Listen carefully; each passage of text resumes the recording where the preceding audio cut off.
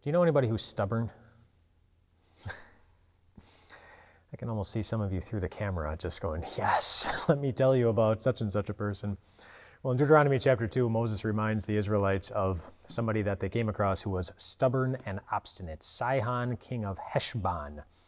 They wanted to pass through his territory on the way to the promised land, and so they politely asked him, please, dear king, could we pass through your territory? We won't bother anyone. We won't take anything. We just want to pass through. And he was stubborn. He was obstinate.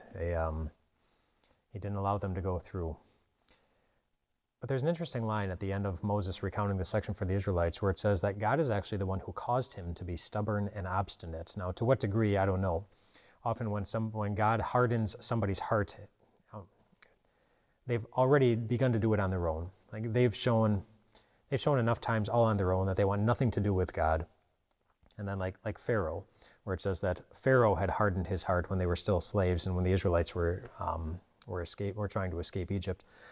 So many times Pharaoh hardened it, and then eventually God hardened it. He just kind of confirmed what Pharaoh was already doing. And so maybe that's a case of what God did here with Sihon, king of Heshbon. We don't know for sure. We just know it says that God made him stubborn and obstinate, but for a reason.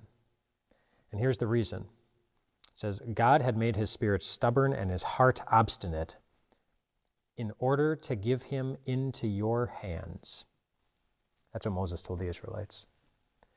That God wanted them to see an enemy that was really stubborn, that was really obstinate, that probably discouraged them a whole lot. He wanted them to see an enemy like that so that they could see that God will not allow an enemy like that to get the best of them. He wanted them to see that God can overcome anyone, that you don't need to be afraid of anyone whose stubbornness, or I don't know what the right word is for obstinateness. That's probably not it. But somebody else's bad attitude doesn't need to take away your confidence in God. That he's going to do something good for you, just like he did for the Israelites. And did you notice how Moses said it? He said he made his spirit stubborn and his heart obstinate in order to give him into whose hands? Into your hands, Moses said. God handed them the victory. He gave it to them, even though they weren't the ones responsible for it. And you can apply the same truth to anybody who sometimes makes your life difficult. And that can happen even during the holidays, that relationships can be difficult. And with all the changes and expectations for this year's holiday season, maybe they're making it even more difficult. But they don't need to take away your confidence. God promises that they won't get the best of you. He will hand the victory, whatever that looks like, into your hands. But you know, there's one type of person, especially whose stubborn and obstinate attitude is especially difficult to live with. Do you know whose that is? Your own. When either you realize or somebody has to point it out to you that you're the one who's making life difficult for others.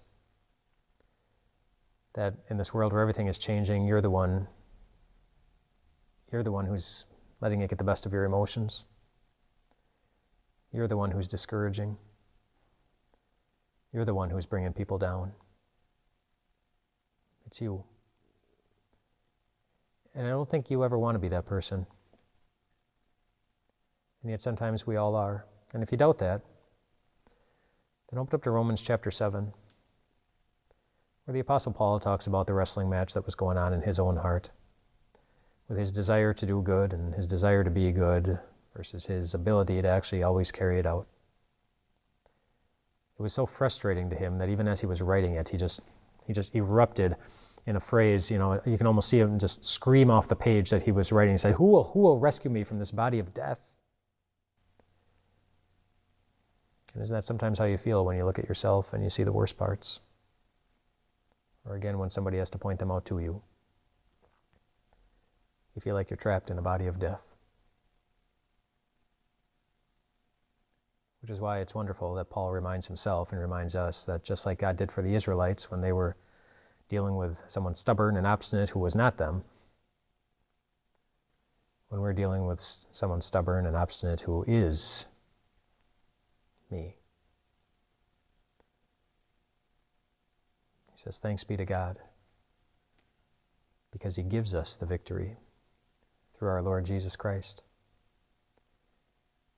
Like he did for the Israelites with Sihon, king of Heshbon, he gives us a victory we did not win. He gives us a victory we did not deserve.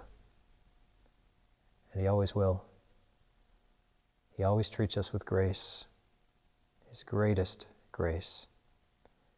Whether it's somebody else who's making life hard, or it's the person you see every morning in the mirror. Amazingly and graciously, you get to rest well tonight, my friends, because our God is in the habit of giving us victories we don't deserve.